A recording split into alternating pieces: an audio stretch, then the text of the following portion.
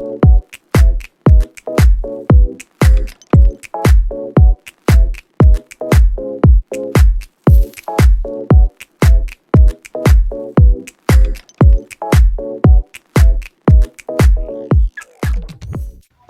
everyone, welcome back to my channel. For today's video, ipakita ko sa inyo guys ang aking Euro garden at saka hydroponic garden. Mura masyag kanding-kanding ay. Nya ang baho mura uguan. Kanang naang na mura jud siya kanding-kanding oh.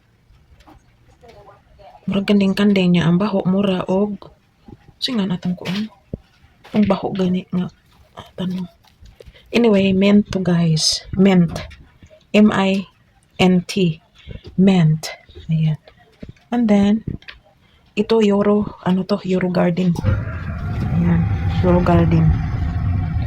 Ito naman guys ang curly parsley. Curly parsley. Ayan. Ayan, nasunog guys oh.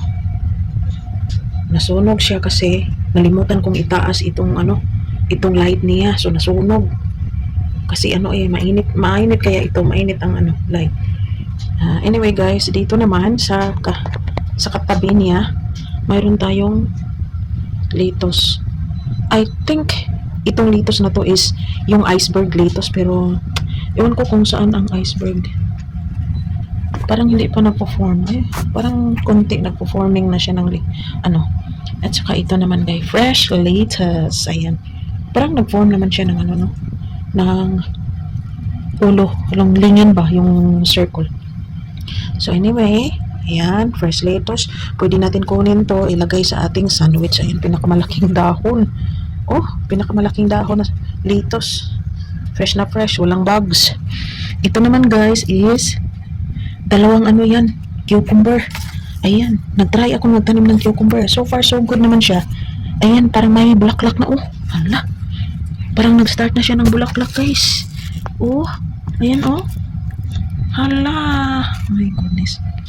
So, this one ay isang cucumber din. Ayan. So, tatlo sila.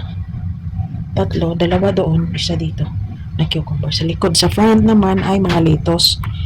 Hindi ko tinaniman ang lahat na dahil supposed to be iceberg lettuce ito. So, ayan. Tingnan natin.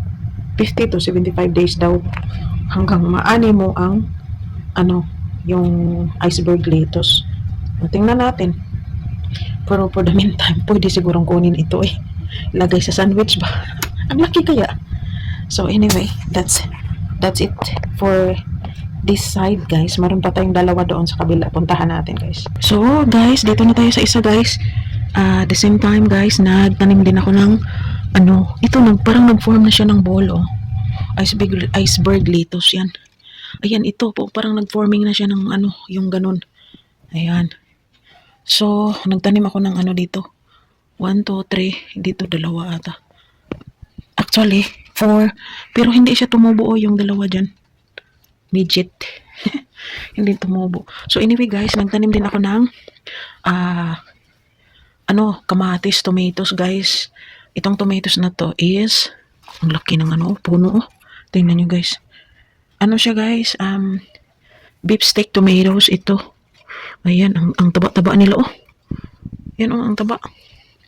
So 1, 6, 7. So ayan, may 7 kamatis tayo dyan guys. Tingnan natin. Pag malaki na yan, at i-transfer natin pag warm na sa labas, i-transfer natin doon sa lupa. Ayan. So anyway, that's the